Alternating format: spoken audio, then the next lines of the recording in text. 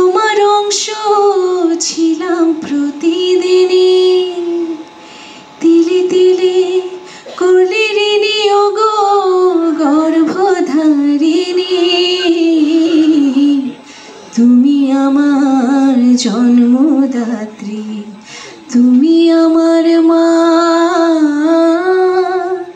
জগৎ জুড়ে তোমার মা গো হয় না তুলনা।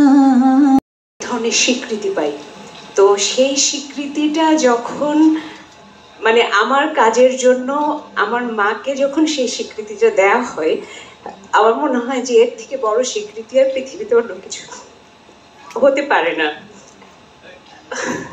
সরি, আমি আমার মাকে মানে এখানে নিয়ে আসলাম কারণ আমি চাই যে তার জীবদ্দশায়, সে জীবিত অবস্থায় সে যে সম্মানিত হলো বা আমি যে তাকে সম্মানিত করতে পারলাম, আমি সেই জিনিসটা আমি আমার মাকে সরাসরি বলতে চাই।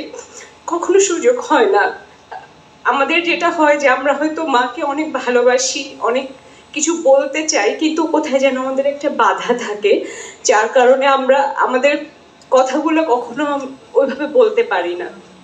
মাকে কখনো বলতে পারি না যে মা আমি আম্মা অনেক ভালোবাসি আপনাকে, কিন্তু এই কথাটা কখনো বলতে পারি না। সরি, আমি খুবই ইমোশনাল হয়ে যাচ্ছি, কিন্তু আমি আসলে এই কথাটা বলতে চাই। কষ্টের কথা আসলে আমরা সবাই বলেছি, আমি সবাইকে অনেক মানে আমি নিজেকে খুব সম্মানিত বোধ করছি যে এখানে যেসব গুণী সন্তানের মায়েরা এখানে তাদেরকে সম্মানিত জানানো হয়েছে এবং আপনারা মনে করেছেন যে সেই জায়গায় আমাকেও আপনারা চিন্তা করেছেন, আমার মাকে চিন্তা করেছেন, সেটার জন্য অনেক ধন্যবাদ।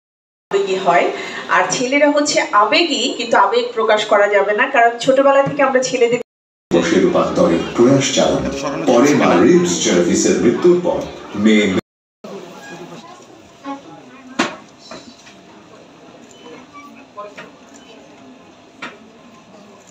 রাষ্ট্র থেকে 1870 সালে আমেরিকান শান্তিকর্মী জুলিয়া ওয়ার্ড হাউ আমেরিকার গৃহযুদ্ধ বিরোধী অবস্থান এবং